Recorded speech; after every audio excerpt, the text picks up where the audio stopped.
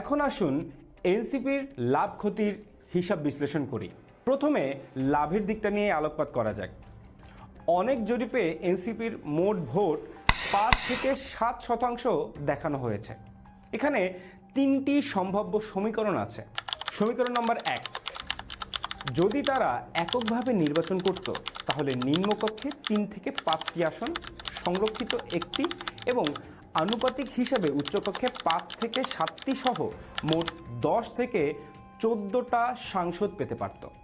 সমীকরণ নম্বর 2, যদি বিএনপির সাথে এনসিপি জোট করত তবে নিম্নকক্ষে 5 থেকে 7টি, সংরক্ষিত 1 থেকে 2টি, উচ্চকক্ষে 1 থেকে 2টি সহ মোট 7 থেকে 10টি আসন পেতে পারত।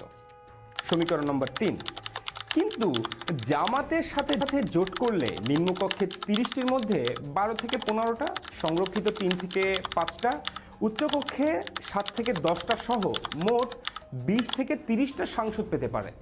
এটা এনসিপির জন্য একটা বড় লাভ, কারণ জামাতের স্ট্রং ভোট ব্যাংক এবং অর্গানাইজেশনাল স্ট্রাকচার এনসিপিকে বেশি আসন দিতে সাহায্য করবে।